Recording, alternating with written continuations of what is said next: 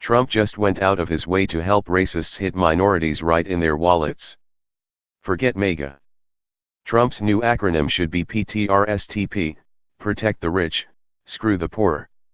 From the Republican tax scam giveaway to the 1% to his dismantling of the Consumer Financial Protection Bureau, CFPB, everything the president has managed to accomplish during his term so far has been in complete opposition to the populist tone he set during his campaign. The latest example is his signing of a repeal of a regulation forbidding predatory auto lending practices that disproportionately affect minority borrowers, according to an article on The Hill today. Trump signed an unprecedented congressional resolution rolling back an informal guidance rule from the CFPB relating to dealer markups on auto loans from third parties as additional income for car dealers.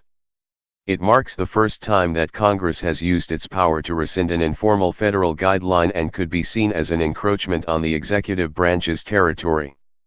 A small group of turncoat Democrats joined Republicans in utilizing the Congressional Review Act, which gives a simple majority in Congress the power to eliminate any federal regulation and bans the agency that issued the rule from enacting a substantially similar measure in the future.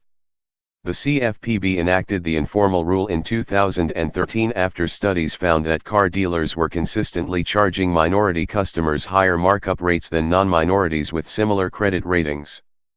While it was not a formal regulation, the CFPB informed dealers that they could be subject to lawsuits under anti-discrimination lending statutes and initiated several cases to show the seriousness of their intent, including a $100 million judgment against Ally Financial and multi-million-dollar cases against Honda and Toyota.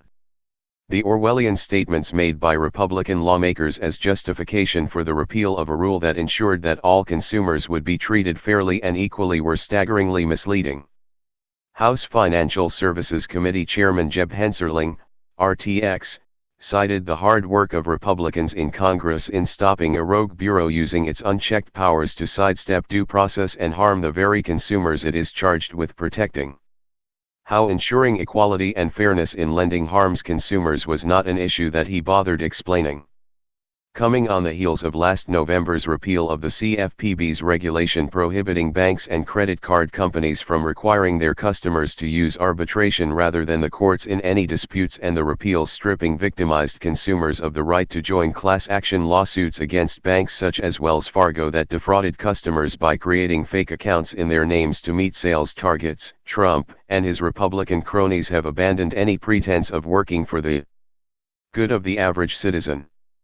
It's time to face the facts.